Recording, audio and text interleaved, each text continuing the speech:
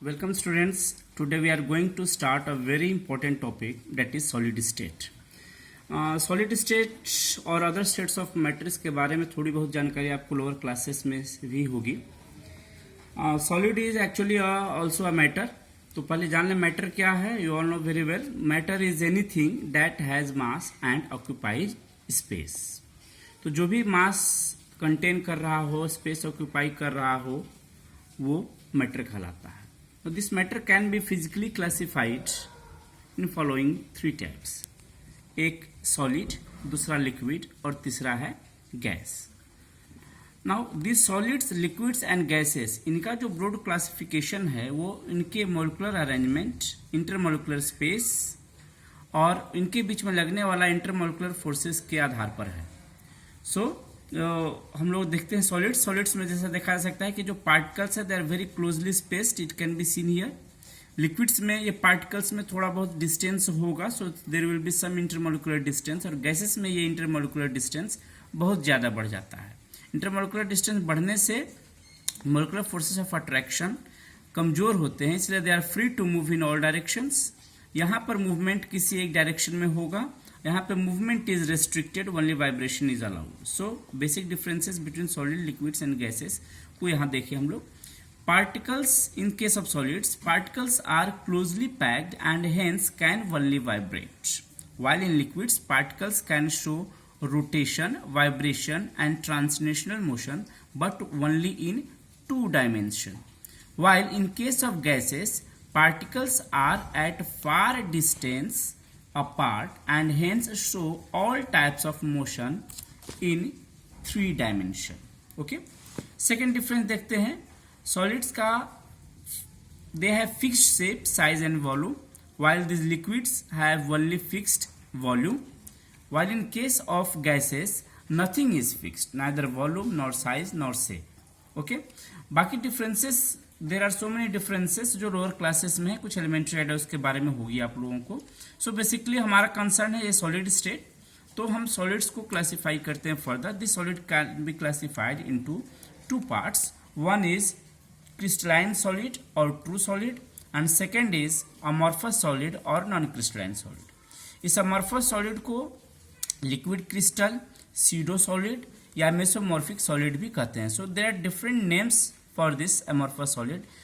This amorphous solid is not the part of our syllabus, so we will not go into details of this, but our syllabus part, concerned part, is this true solid or crystalline solids.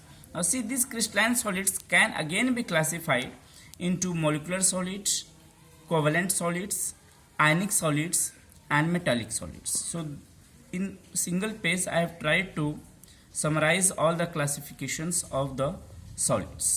You can see here molecular solids, for example hydrogen, carbon dioxide, water. These are molecules, gaseous molecules, or they may be liquids, but they have been condensed here. Carbon dioxide is known as dry ice, and water in solid form is known as ice, we know very well.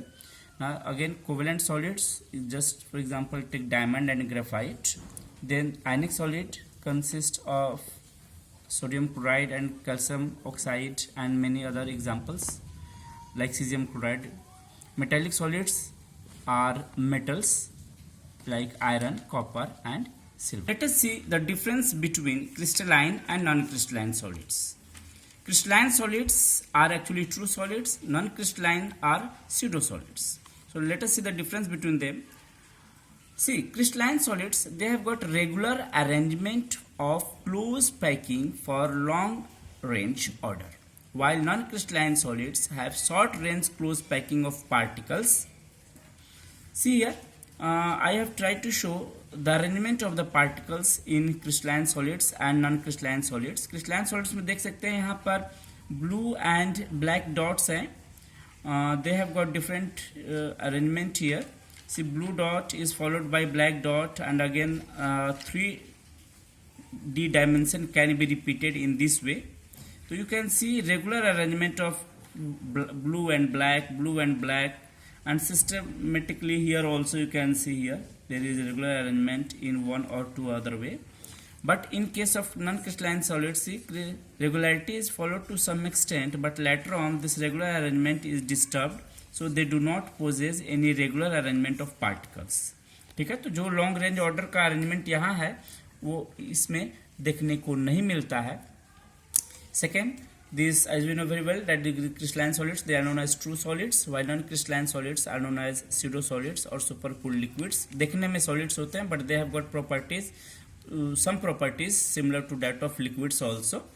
So now third difference is that regular these crystalline solids, they have got sharp melting point. ये sharp melting point कहने का मतलब क्या है कि जैसे हम कहें किसी का melting point 100 डिग्री सेल्सियस है तो 100 डिग्री सेल्सियस पर ही मेल्ट करेगा, न तो वो 1 डिग्री सेल्सियस कम न 1 डिग्री सेल्सियस ज़्यादा.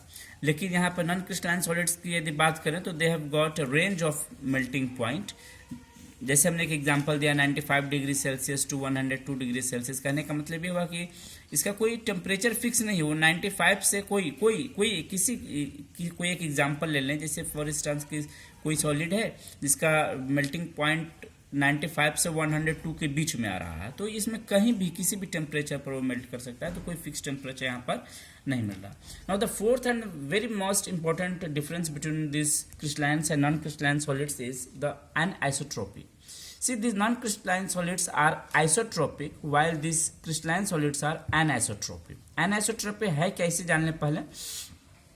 तो डिफरेंट फिजिकल प्रॉपर्टीज इन डिफरेंट डायरेक्शन. यदि हम किसी सॉलिड के फिजिकल प्रॉपर्टी, चाहे रिफ्रैक्टिव इंडेक्स हो और अदर प्रॉपर्टी, चाहे डेंसिटी हो, उसको अलग अलग डायरेक्शन में यदि मेजर करें तो अलग अलग वैल्यूज आएंगे. जैसे इसको देख सकते हैं हम, इस डायरेक्शन में यदि मेजर करें तो इस एरो के अबव एंड बिलो देखिए कैसे पार्टिकल का अरेंजमेंट है. Blue, black, blue followed by 2 black dots here.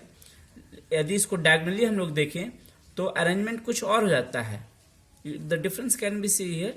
और यदि इसको हम वाई एक्सिस पर या किसी डिफरेंट एक्सिस में देखें, डाउनवर्ड जाकर के देखते हैं, तो यहाँ पर सिर्फ ब्लू ब्लू दिख रहा है, no black dot here.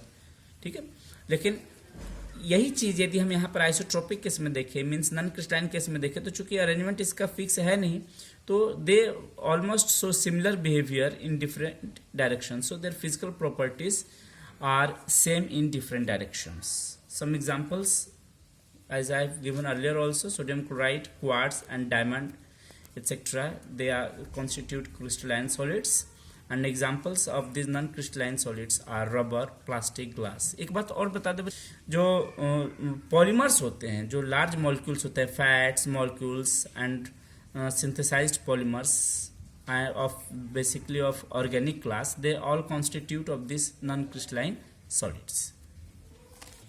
Thus we now can define solids as that state of matter in which the constituent particles are closely packed in a long range order with strong forces of attraction to give a regular geometry characterized by a sharp melting point. तो solids का long range order arrangement होता है.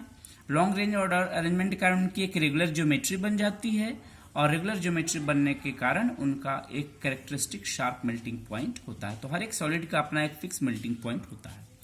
Properties of solids, they have definite shape, size and volume. They have low compressibility.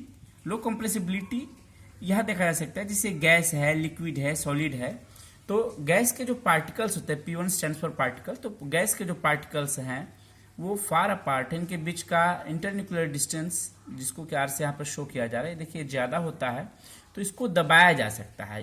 इसको दोनों को एक direction में ला करके दबाया जा सकता है. सो ये स्पेस को ऑक्यूपाई किया जा सकता है, इसलिए they are highly compressible. Liquids में ये स्पेस जो है थोड़ा इन कंपेरिजन टू गैसेस थोड़ा सा स्पेस कम है, इससे रिस्पेक्ट में इंटरन्यूक्लियर डिस्टेंस घट जाता है, तो थोड़ा सा कंप्रेसिबिलिटी भी घट जाती है. While in case of solids, तो particles are very close to each other.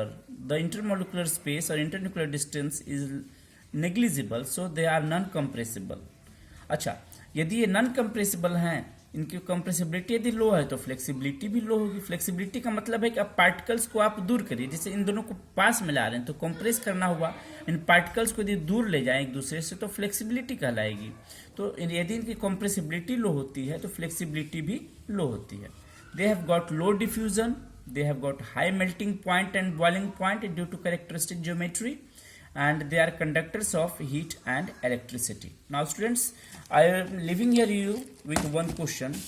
You have to show that why solids show low compressibility, low flexibility and have low rate of diffusion.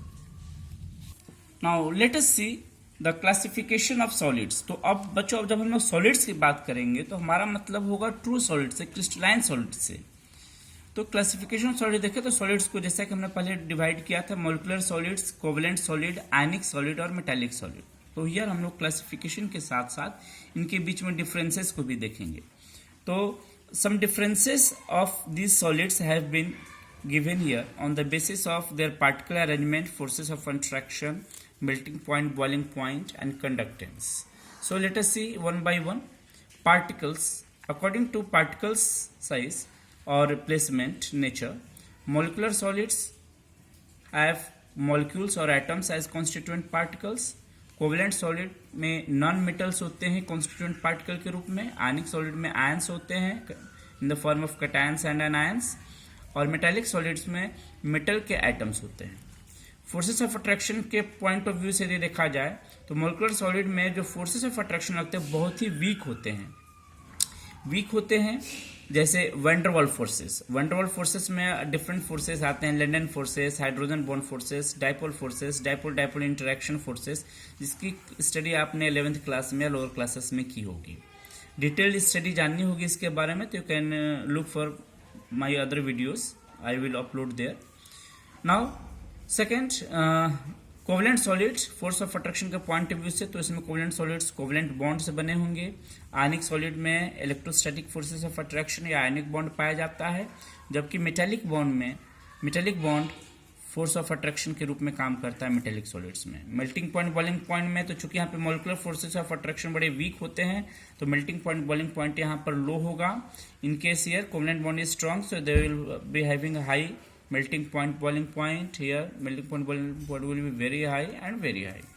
Conductance, since there are no free electrons, there are no free ions, so they are non-conductors, or you can say their conductivity is very low. In case of covalent solids, they constitute of atoms, so they are also bad conductors or they have low conductivity. But graphite here is an exception. Ionics, as long they remain in solid state, their conductivity is low or they are bad conductors. But once they are in molten state or are found in aqueous state, they start conducting electricity due to mobility of ions. Means यहाँ होता क्या है कि जब molten state और aqueous state में आते हैं तो इनके जो forces of attraction होते हैं कमजोर पड़ जाते हैं और ions फ्री हो जाते हैं मूव करने के लिए, इसलिए वो कंडक्शन शो करने लगते हैं. Metallic solids, they are very good conductors of electricity due to free electrons. Now see examples. Molecular solids के एग्जांपल्स में जैसे hydrogen, carbon dioxide, HCl, H2O. Student से देखा जा सकता है हाइड्रोजन, कार्बन डाइऑक्साइड तो नॉर्मली ऐसे गैस पाए जाते हैं, लेकिन जब इनको फ्रीज किया जाए, सॉलिड बनाया जाए तो ये सॉलिड के रूप में आ सकते हैं. हाइड्रोजन एक नॉन पोलर सॉलिड बनाता है क्योंकि इसमें नॉन पोलर फोर्स लगेंगे, जैसे London forces, dispersion forces. HCl एक पोलर कंपाउंड है तो ये पोलर सॉलिड बनाएगा. और वाटर पोलर भी है और इसमें हाइड्रोजन बॉन्ड चूंकि पाया जाता है, इसलिए हाइड्रोजन बॉन्डेड सॉलिड भी इनको कहा जाता है. कोवेलेंट सॉलिड के एग्जांपल में diamond and graphite. Ionic solids के एग्जांपल में sodium chloride, potassium chloride, caesium chloride, lithium bromide. You can give any ionic compound. और यहाँ पर मेटल्स के एग्जांपल दे सकते हैं आप, copper, aluminium and silver. So you have to answer me one question. Why graphite conducts electricity? Try to solve it.